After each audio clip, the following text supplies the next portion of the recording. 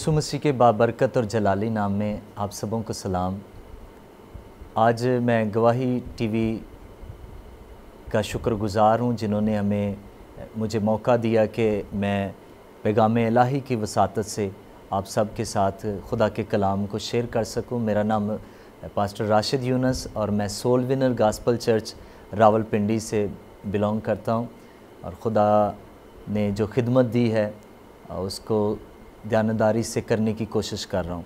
और आज हम इस प्रोग्राम की वसातत से हम सीखेंगे खुदा की इबादत और उसकी बरक़ात। तो बाइबल मुक़द्दस में से मैं पढ़ना चाहता हूँ, तलावत करना चाहता हूँ जो हिस्सा वो पुराने अहदनामा में से खरूज की किताब उसका 23वां बाब और उसकी 25वीं और 26वीं आयत। तो बाइबल मुक़द्दस में लिखा है, और तुम खुदावंद अपने खुदा की इबादत करना, तब वो तेरी रोटी और पानी पर बरकत देगा, और मैं तेरे बीच से बीमारी को दूर कर दूंगा, और तेरे मुल्क में ना तो किसी के इस्कात होगा ना कोई बांझ रहेगी, और मैं तेरी उम्र पूरी करूंगा। मैं अपनी हैबत को तेरे आगे आगे भेजूंगा, और मैं उन सब लोगों को जिनके पास तू जाएगा शिकस्त दूंगा, और मैं ऐसा करूंगा कि तेरे सब दुश्मन तेरे आगे अपनी पुश्त फेर देंगे। कलाम में खुदा का पढ़ा और सुना जाना हम सबों के लिए बाइश से बरकत हो। खुदा का शुक्र हो। अजीज़ों, ये जो कलाम है खुदा का इसराइल के बच्चों के लिए, इसराइलियों के लिए है, और ये खुदा का कलाम उनके लिए उस वक्त था जब इबादत में और माबूद भी शामिल हैं। ये इबादत करने वाला आबिद और जिसकी इबादत की जाए वो माबूद कहलाता है। तो दूसरे माबूदों की जब परस्तिश की जाती थी तो उस वक्त खुदा ने ये ज़रूरी समझा कि उसके लोग जो उसके नाम से कहलाते हैं उसकी इबादत करें। इसलिए खुदा ने इसराइलियों को ये हुक्म दिया कि तुम खुदावंद अपने खुदा की इबादत करना, ताकि तब वो तेरी रोटी और पानी पर बरकत देगा। अजीज़ों, यहाँ पर आज भी लोग बड़े इस स्ट्रगल में लगे हुए हैं। वो बरकत पाना चाहते हैं, वो शिफा पाना चाहते हैं, वो चाहते हैं कि हमारे दरमियान से बीमारियाँ चली जाएं।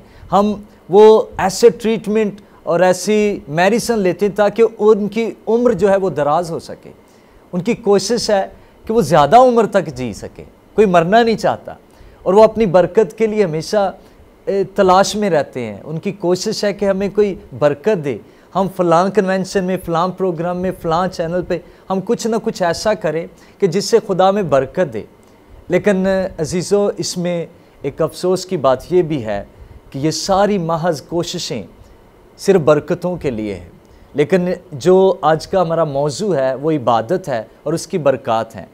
और लोग भूल जाते हैं कि इबादत के बगैर जब वो बरकतें ढूंढते हैं और उनकी ज़िंदगी में कभी सेटिस्फेक्शन होती नहीं है, और वो इसी कोशिश में लगे रहते हैं कि वो यहाँ से ब्लेसिंग्स ले लें, ये ब्लेसिंग ले लें, और वो ब्लेसिंग्स ही के पीछे भागते रहते हैं। जबकि जो खुदा का कलाम हमें बताता है, ये बेशक ये कलाम इसराइलियों के लिए था, लेकिन आज भी उसका कलाम यकसां अहमियत, यकसां बरकत का हामिल है। और वो ये हमें सिखाता है, याद दिलाता है खुदा का कलाम कि तुम खुदावंद अपने खुदा की इबादत करना, तब वो तेरी रोटी और पानी पर बरकत देगा। तो ये जुड़ी है, रोटी और पानी पर बरकत जो है वो जुड़ी है इबादत के साथ। और ये जोड़ने वाली जो की है, जो इसका लिंक पॉइंट है, वो तब है। अगर आज भी माएँ अपने बच्चों को खाने से पहले हाथ धोने का कहती हैं कि हाथ धोने के बाद तब तुझे खाना मिलेगा, तो इसका मतलब एक शर्त, एक लिंक उसके साथ मिल गया है कि ये होगा तो ये होगा। और ये खुदा का कलाम साफ कहता है कि तुम खुदावंद अपने खुदा की इबादत करना, तब वो तेरी रोटी और पानी पर बरकत देगा। आज अगर लोग अपने ख़ानदानों के साथ मिलकर बड़ी स्ट्रगल कर रहे हैं कि उनकी रोटी और पानी पूरा हो जाए, गुजारा अच्छा चल जाए, निज़ाम बेहतर हो जाए, और वो डबल जॉब और फिर ओवर टाइम लगाते रहते हैं, कोशिश में हैं कि वो किसी न किसी तरह उनके रोटी पानी पर बरकत आए और वो और ज़्यादा ब्लेस हो सकें, वो बरकत पाएँ, वो सेटिस्फाई हों अपनी ज़िंदगी से, अपनी आसाइशों से, और वो इन चीज़ों को हासिल करना चाहते हैं। लेकिन खुदा का कलाम हमें इन स्ट्रगल्स को, थोड़ी देर इन स्ट्रगल्स के अंदर स्टॉप होने को कहता है, गौर करने के लिए कहता है। और वो गौर इसलिए करने के लिए कहता है, खुदा का कलाम हमारी तवज्जो खींच लेता है वो बरकतों के लिए, जिन बरकतों के लिए हम मेहनत करते हैं, और वो कोशिशें जो हमारी हर रोज़ की भागदौड़ में शामिल हैं, वो यहाँ पर मेंशन हैं। लिखा है, तेरे बीच से बीमारी को दूर कर दूंगा, रोटी और पानी को बरकत देगा, और मुल्क में किसी के इश्कात नहीं होगा, कोई बांझ नहीं रहेगी। और फिर लिखा, तेरी उम्र पूरी करूंगा। और फिर दुश्मनों पर फतह की बात है। ये सारी बरकतें जुड़ी हैं इबादत के साथ। इसके साथ साथ अगर हम खुदा का कलाम को और गहरे तौर पर देखें, इस इबादत की बरकत को, तो हमें और भी बहुत कुछ मिलता है। यशाया की किताब, उसका 58 बाब और उसकी 13वीं और 14वीं आयत के अंदर भी ये राज पोशीदा है, ये राज है। और इस राज से पर्दा यशाया की मार्फत उठता है और वो बताता है। और लिखा है यहाँ पर, जब वो यशाया बताता है तो चूँकि वो इबादत ही की बात कर रहा है, यहूदी चूँकि सब्बत के दिन इबादत करते थे, इसलिए वो सब्बत का जिक्र करता है। और चूँकि मसीही एतवार के रोज़ इबादत करते हैं, इसलिए हम इसे इबादत ही में गिनेंगे और जानने समझने की कोशिश करेंगे।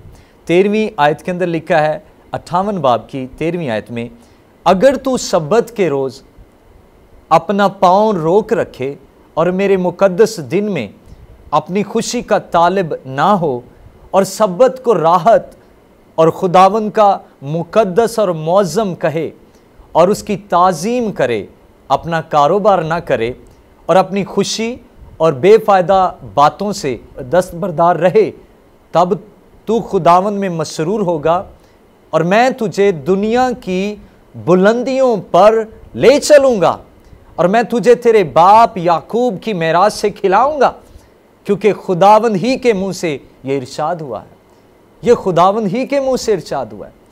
यशाया कैसे ज़बरदस्त अंदाज में वो खुदावंद की बातों को पाकरू की मदद से तहरीर करता है, लेकिन वो आखिर में मुनासिब जानता है कि ये भी लिखा जाए कि ये यशाया की बात नहीं है, ये किसी शख्स की बात नहीं है, किसी नबी की अपने तरफ से बात नहीं है, बल्कि वो यशाया ये वाज़े करने की कोशिश कर रहा है कि लोग समझें ये कितना अहम है। और कितना अहम है वो इस बात से है कि वो आखिर में कहता है, क्योंकि खुदावंद ही के मुँह से ये इरशाद हुआ है।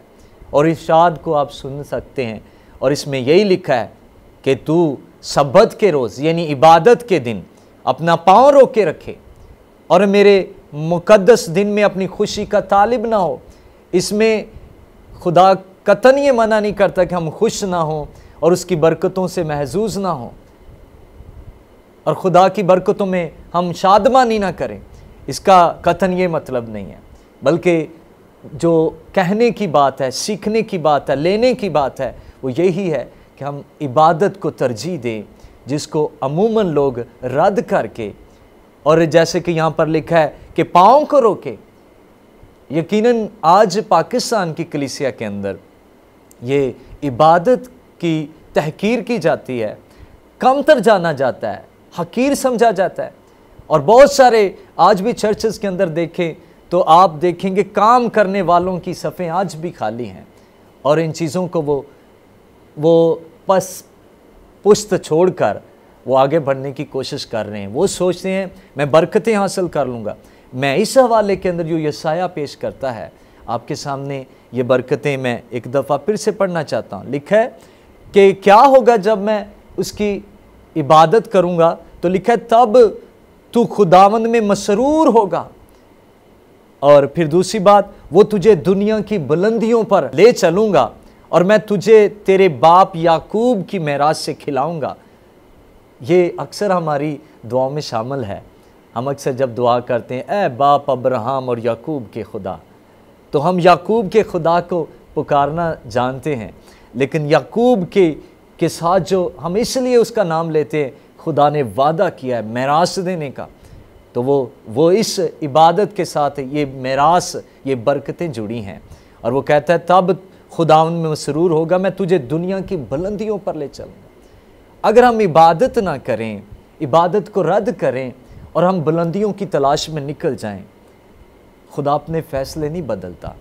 यशाया वाज़े अंदाज में कहता है और वो बिल्कुल क्लियर है, यहाँ पर कहता है क्योंकि खुदावंद ही के मुँह से ये निकला है, खुदावंद ही के मुँह से ये इरशाद हुआ है।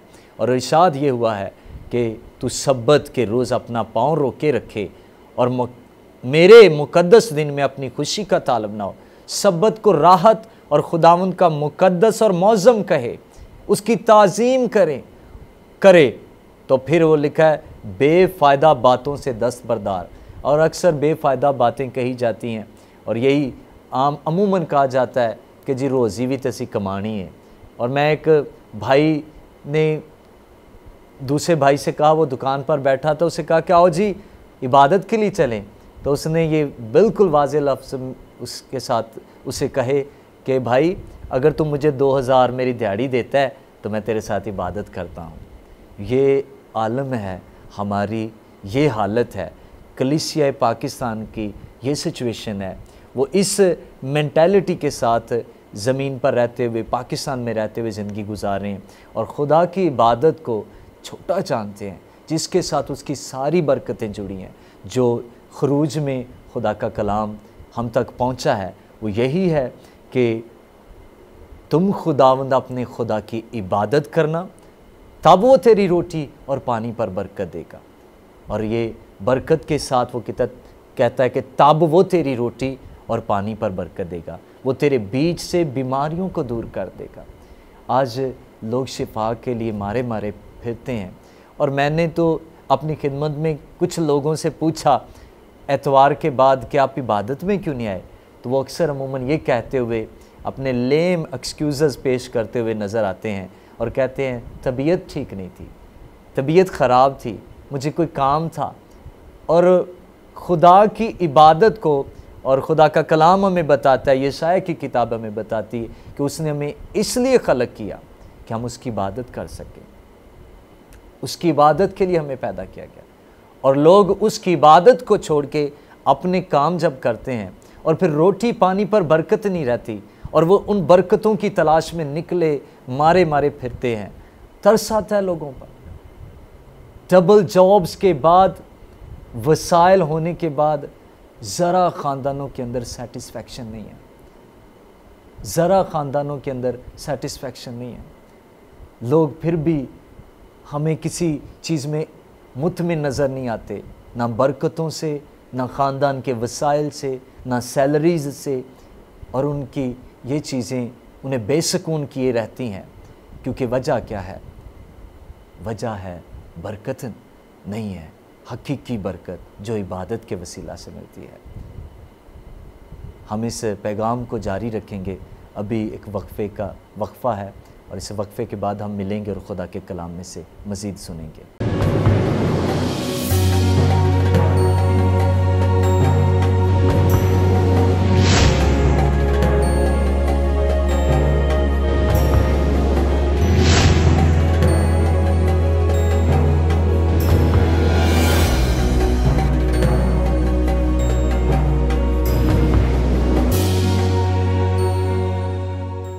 वेलकम बैक नाजरीन।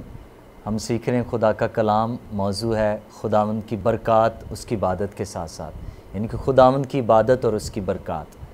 तो हम बात कर रहे थे कि जितनी हमारी जिन बरक़ात के लिए हम दिन ब दिन आगे बढ़ते जाते हैं, कोशिशों में हैं, खुदावंद ने उन सारी बरक़ात को जोड़ा है एक चीज़ के साथ, और वो है उसकी इबादत। और उसकी इबादत के साथ जुड़ी हैं ये सारी बरकतें। हमारी रोटी पानी पर बरकत, हमारा बुलंदियों पर जाना खुदा की इबादत के साथ जुड़ा है। हमारी जो शिफा है, और यह यहाँ पर जो खरूज की किताब में हमें हवाले में नज़र आता है और लिखा है वो तेरे बीच से बीमारी को दूर कर दूंगा, मैं तेरे बीच से बीमारी को दूर कर दूंगा और तेरे मुल्क में ना तो किसी के इस्कात होगा ना कोई बांझ रहेगी, मैं तेरी उम्र पूरी करूँगा। खुदा न सिर्फ हमारी रोटी की फ़िक्र करता है बल्कि हमारे बदन की इस तौर से भी फिक्र करता है कि वो बीमार या लागर और कमज़ोर इतना कमज़ोर ना हो जाए कि बांझपन या इसकात की नौबत पहुँचे। और यकीनन ये भूख की वजह से है, रोटी और पानी की कमी की वजह से ऐसी बीमारियां लाहक होती हैं। और यकीनन खुदा को फ़िक्र है, जो अगर लोग ये सोचें कि अगर हम इबादत करेंगे तो हमारे एक दिन की जो मजदूरी है उससे ही से तो हमारे घर का खर्चा चलता है, अगर हम इबादत नहीं करेंगे तो हमारा घर कौन चलाएगा, मैं अपने बीवी बच्चों को कैसे पालूंगा, अपने घर को कैसे देखूंगा अगर मैं इबादत करूंगा। तो अजीज़ों, खुदा फ़िक्र करता है और खुदा ने वाज़े तौर पर अपने कलाम में फरमाया है कि तुम खुदावंद अपने खुदा की इबादत करना, तब वो तेरी रोटी पानी पर बरकत देगा। फिर शिफा का जिक्र है, फिर सरफराजी का जिक्र है। और यशाया के अंदर जो हमने पढ़ा है उसमें तो लिखा है तू खूब का मसरूर होगा और खुदा तुझे दुनिया की बुलंदियों पर ले चलेगा। खुदा बुलंदियों पर ले जाने के लिए कहता है, और लिखा है वो तुझे तेरे बाप याकूब की मेरास से खिलाएगा। फ़िक्र खुदा को हमारी किस कदर फ़िक्र है, और हम रोटी के लिए, और खुदा का कलाम कहता है कि ये किस कदर ये हैबतनाक बात है कि हम इंसान, कितनी मतलब ख़तरनाक बात है कि इंसान रोटी के लिए गुनाह करे, रोटी के टुकड़े के लिए गुनाह करे। और मैं यहाँ पर गुनाह करने की बात नहीं कर रहा, मैं ये यहाँ पर खुदा के कलाम से जो मैंने बरकत पाई है कि हम सीखना चाहते हैं कि खुदा की इबादत के साथ जुड़ी हैं वो सारी चीज़ें जिनके लिए हम फ़िक्रमंद हैं।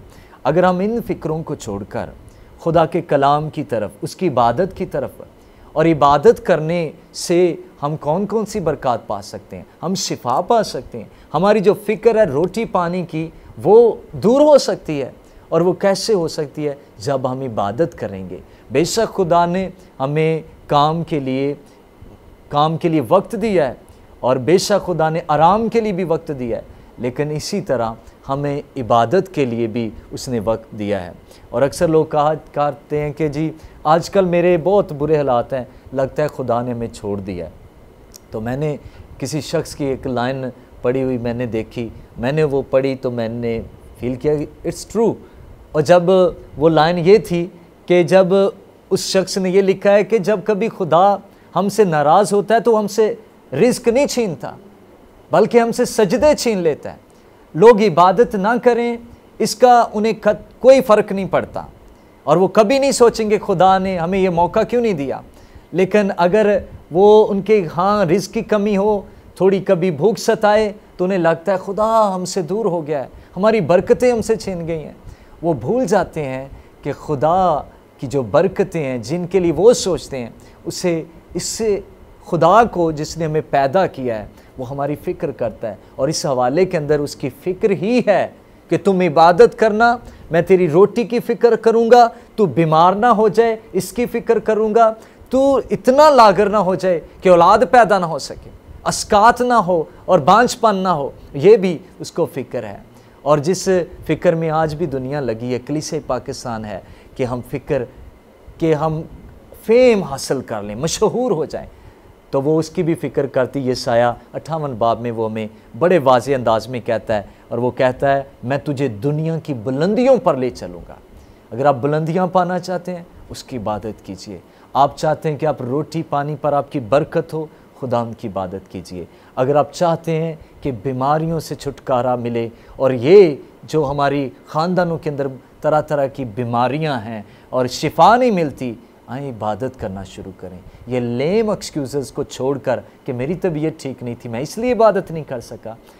मैं समझता हूँ अपने जो तजर्बे से कि मेरे ख़्याल में जब कभी हम बीमार होते हैं हमें खुदा को ज़रूर याद करते हैं।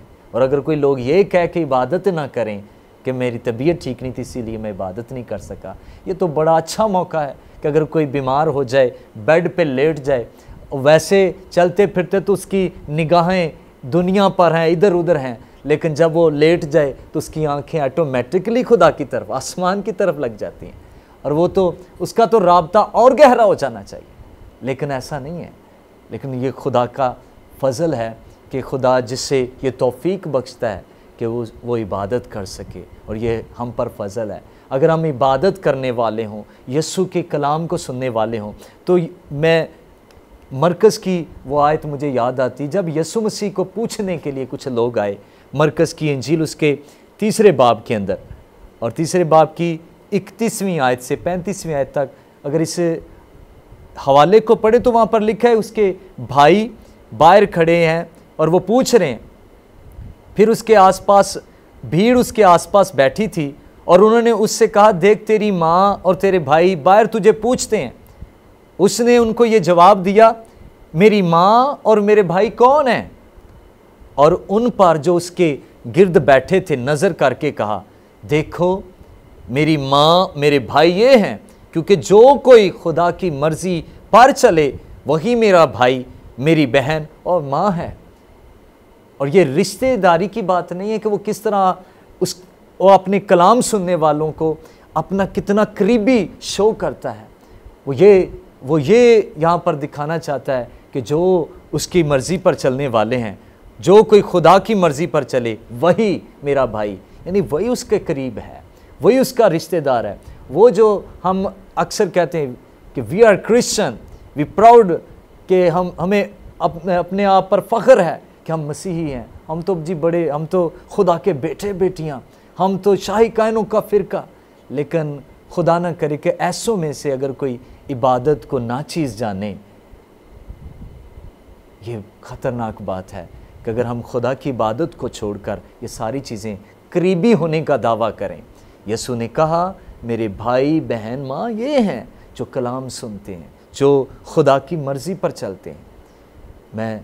मैं इसके साथ साथ ये खुदा के कलाम में से जो मैंने सीखा है कि उसकी कलाम की बरकत ये है कि जब हम उसका कलाम सुनते हैं, हम इबादतों में जाते हैं, उसकी अगर प्रैक्टिकल बरकतें देखें, हमारी नस्लें सीखती हैं। जब पेरेंट्स इबादत में आएंगे, बच्चे ऑटोमेटिकली आएंगे, और जब बच्चे आना शुरू होंगे उनकी आदतों में शामिल हो जाएगा, और ये हमारी नस्लों के लिए बरकत का बायस बनती है। इबादत करना हमारी नस्लों पर को मुतासर करती है, वो नस्लों तक असर है, और वो यीशु के गवाह रहते हैं। इबादत के लिए जब भी हम इकट्ठे होते हैं तो यकीन जाने हमें एक दूसरे से मिलने का भी मौका मिलता है। हम कितने भी परेशान क्यों ना हो, आप घर पर बैठेंगे, इब्लीस आपके जहन को और फिक्रों में ले जाएगा, आप और डूबते चले जाएंगे। लेकिन जब आप चर्च में होंगे, इबादत पे होंगे, आप प्रस्तुत करेंगे, वर्शिप करेंगे, आप खुदा का कलाम सुनेंगे। खुदा के कलाम में इतनी ताकत है, इतना वो कुदरत वाला है, वो आपके जहन के अंदर से, आपकी ज़िंदगी के अंदर से वो सारे तूफ़ानों को, वो सारे शक के बादलों को वो दूर कर देगा, छट देगा, और इससे और खुदावंद की आप पर बरकत होना शुरू होगी और आप सेटिस्फाई होंगे। और ये एक और बड़ी बरकत जो इबादत की है, जब मियाँ और बीवी और ख़ानदान मिलकर इबादत करेंगे, उन्हें किसी और को कोई और उन्हें बताए ये नौबत नहीं आएगी। जब मिलकर खुदा का कलाम सुनेंगे और उन सब के अंदर एक ही सोच डेवलप होगी कि हमने ये सीखा है, हमने ये नहीं करना। और आज ख़ानदानों के अंदर इसलिए राय मुख्तलिफ है, बच्चों को कुछ कहा जाता है, माँ बाप कुछ करवाना चाहते हैं, बच्चे कुछ चाहते हैं, माँ बाप कुछ चाहते हैं, और उनकी चाहतों में, उनकी डिज़ायर में बिल्कुल फ़र्क है। इसलिए है क्योंकि इकट्ठे नहीं चलते, इकट्ठे कलाम नहीं सीखा, और एक शख्स आता है तो दूसरा रह जाता है, दूसरा आता है तो तीसरा रह जाता है। हम इकट्ठे इबादत का जो मफ़हूम है उसको खो रहे हैं, इबादत की अहमियत को खो रहे हैं। इसलिए हमें इबादत करनी है। मुझे यशवा की वो बात याद आती है, यशवा की किताब के अंदर लिखा है, यशवा की किताब के अंदर लिखा है 24वें बाब की 15वीं आयत में, आखिरी हिस्से में मैं पढ़ना चाहता हूँ। लिखा है, यशवा कहता है, अब रही मेरी और मेरे घराने की बात, सो हम तो खुदावंद की परस्तश करेंगे। आए अज़ीज़ो, खुदावंद की इबादत, अपना फ़ैसला सुनाएं। आप क्या करना चाहते हैं? मैं आपको अपना फ़ैसला सुनाता हूँ। यशवा ने अपना फ़ैसला सुना दिया, रही मेरी और मेरे घराने की बात, हम तो खुदावंद की इबादत करेंगे। आए अपने सरों को हम झुकाते हैं और खुदावंद की हजूरी में उसके कलाम के लिए शुक्रगुजारी करते हैं। रहीम बुज़ुर्ग आसमानी बाप, तेरे फ़ज़ल के लिए तेरा शुक्र हो कि तूने हम सबों पर करम किया है। मैं इस वक्त खुदावंद गवाही टीवी के लिए पास्टर सरफराज विलियम साहब के लिए, इस पैगाम इलाही के स्टेज के लिए खुदावंद जहाँ से तूने मौका दिया कि तेरी कौम के साथ इस कलाम को, इस बरकत को बांटा जाए कि इबादत किस कदर हमारी ज़िंदगियों के लिए बाबरकत साबित हो सकती है। आज ख़ानदानों के अंदर किसी चीज़ का फुकदान है तो इबादत की अहमियत का है। अगर खुदावंद तेरे पाक रूह की कुव्वत में, तेरे पाक रूह के ज़ोर में, तेरे इन सारे घरानों को जो इस प्रोग्राम को देख रहे हैं, खुदावंद उनके लिए बरकत को मांगता हूँ, कसरत की बरकत, ताकि तेरा जलाल, तेरी बरकत, तेरा फजल, तेरा करम इन ख़ानदानों के साथ रहे और ये तेरी इबादत करते रहें और वो सारी बरकतें जो जिनका तूने वादा किया है इन सबों को मिलती रहें। यीशु मसीह के नाम में ये दुआ मांगते और पा लेते हैं, आमीन आमीन। God bless you. आप सबका शुक्रिया, खुदा का शुक्रगुज़ार हैं पास्टर विलियम साहब के लिए, विलियम सरफराज साहब के लिए और गवाही टीवी के लिए और इस सारे प्रोग्राम की टीम के लिए, गवाही टीम के लिए, और खुदा का शुक्र हो। Thank you so much. God bless you.